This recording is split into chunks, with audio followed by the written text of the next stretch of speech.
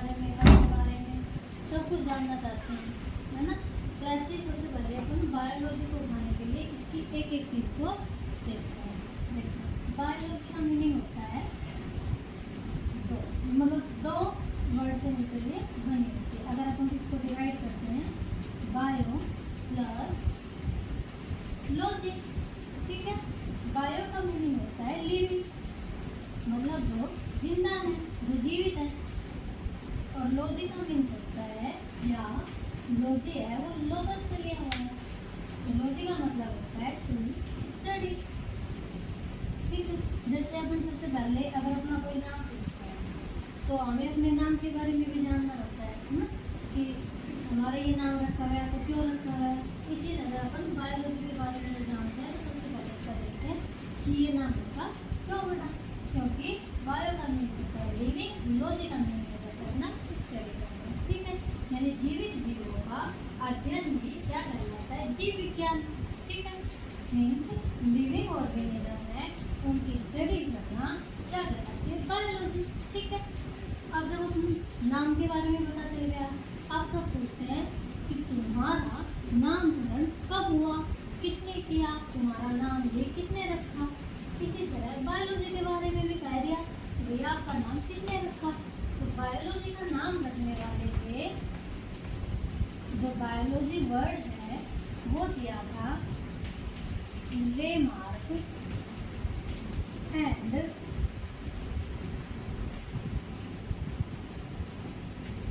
फेमिनोरस ने, ठीक है। तो कब दिया था, 1802 में। मैंने बायोलॉजी वर्ड को इससे पहले कोई नहीं जानता था, कब से पहले 1802 से पहले ये इन्होंने दिया लेमार्क और फेमिनोरस ने, ठीक है।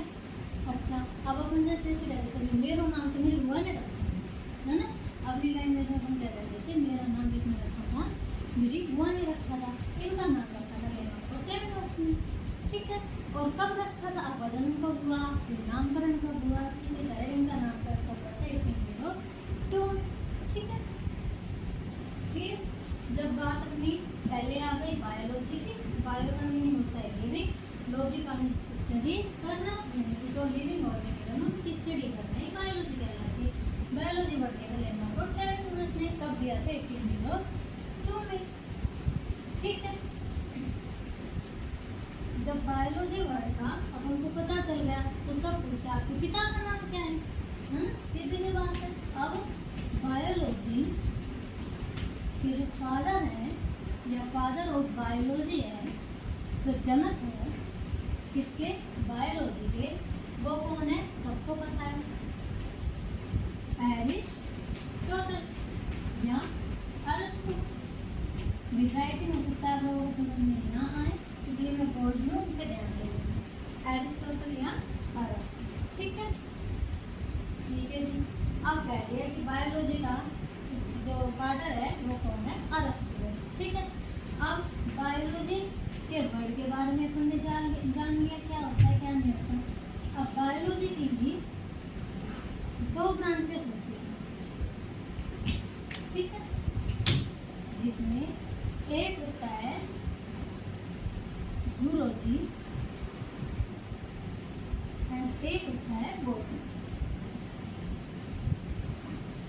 ओके। तो जब जूलॉजी होगा, अच्छा अपन जू में जाते हैं, वहाँ क्या क्या देखने को मिलता है, जू चिड़ियाघर में क्या क्या देखने को मिलता है, भेड़िया, बकरी, है ना, सारे जानवर देखने को मिलते जाते हैं, एनिमल्स। तो जूलॉजी में किसकी स्टडी होती है, एनिमल्स की, ठीक है। जू का मीनिंग अपन यहाँ समझ लेते हैं, एनिमल, लॉजी का मतलब आपको पता है स्टडी। तो जो एनिमल की स्टडी करना है क्या कहलाती है, जूलॉजी, ठीक है।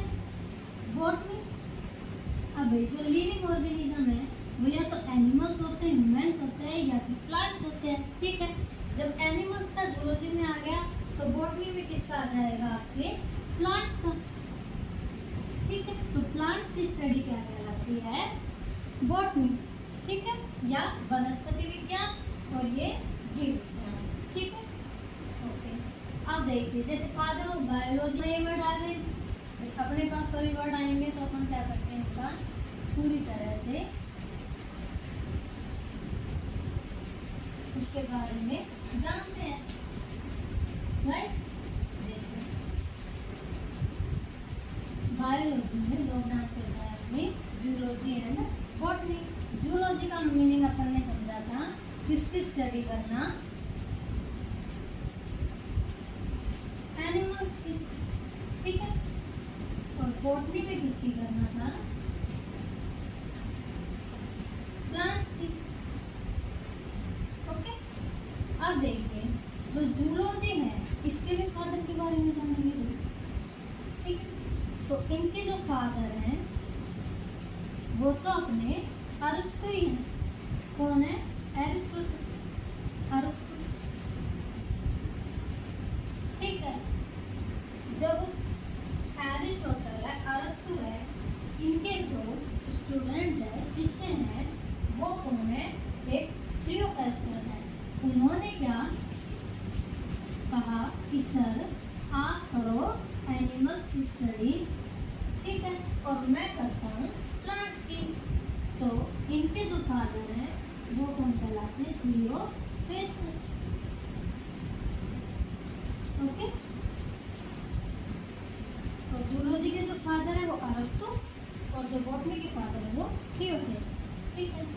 अब ये कहते हैं भाई इनके फादर क्यों हैं, क्योंकि जूलॉजी के बारे में या एनिमल्स के बारे में इन्होंने अपनी बुक में 500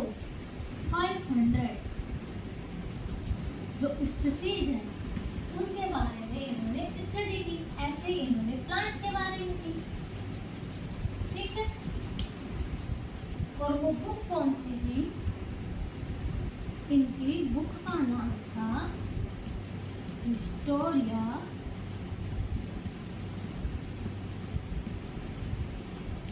एनिमेलिया।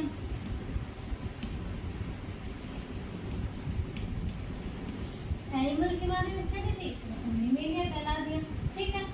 इन्होंने भी अपनी बुक में रखा, इनकी बुक का नाम था हिस्टोरिया